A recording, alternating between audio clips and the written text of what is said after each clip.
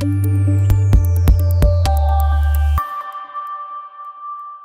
ANC is in the midst of its policy conference.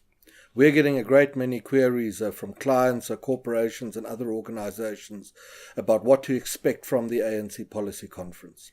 We've got many decades of experience of studying ANC policy thinking and of tracking ANC policy documents. The ANC released 9 discussion documents ahead of this current policy conference, and we studied those in a great degree of detail. The mainstream analysis that came out of other groups was that there's nothing new in the ANC's 9 documents. Our sense was different. We felt that there were moments when the tone of the documents were more pragmatic, a reflection at moments back to the pragmatism of ANC policy thinking that surrounded the gear strategy that was so successful after 1996. We describe in the current 9 documents what we call flashes of clarity. The ANC makes it quite clear at points that low levels of growth and low levels of investment are responsible for high levels of social instability, and that if we cannot improve the country's economic performance, the future of the ANC's own revolution may be in doubt. We see less of the rabid attacks on business and on foreign investors that was part and parcel of more recent ANC policy thinking, certainly that after the party's policy conference at Polokwane. And yet for the flashes of clarity, what stands out for us in the current 9 documents and in the discussion that is happening within the party itself is the contradictions. The ANC is able to identify the threats to itself in very low levels of investment-driven growth.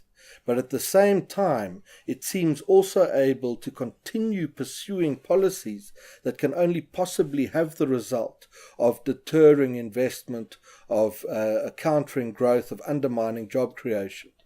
The example of mining policy that was released 2 or 3 weeks ago that is a dead end for future greenfields mining investment in South Africa is such a good example, following which one of the big miners suggested it might retrench 10,000 mine workers, and the ANC was very alarmed at this reaction. Our advice to clients and the groups we work with is expect to continue seeing these kinds of contradictions.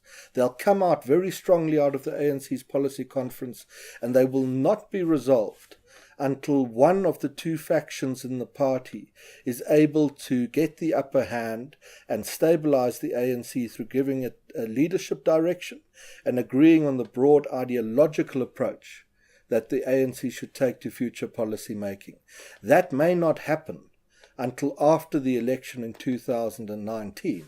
And for the time being, people who watch South African policy, watch ANC policy thinking, should continue to expect a high level of obvious contradictions and implicit policy confusion.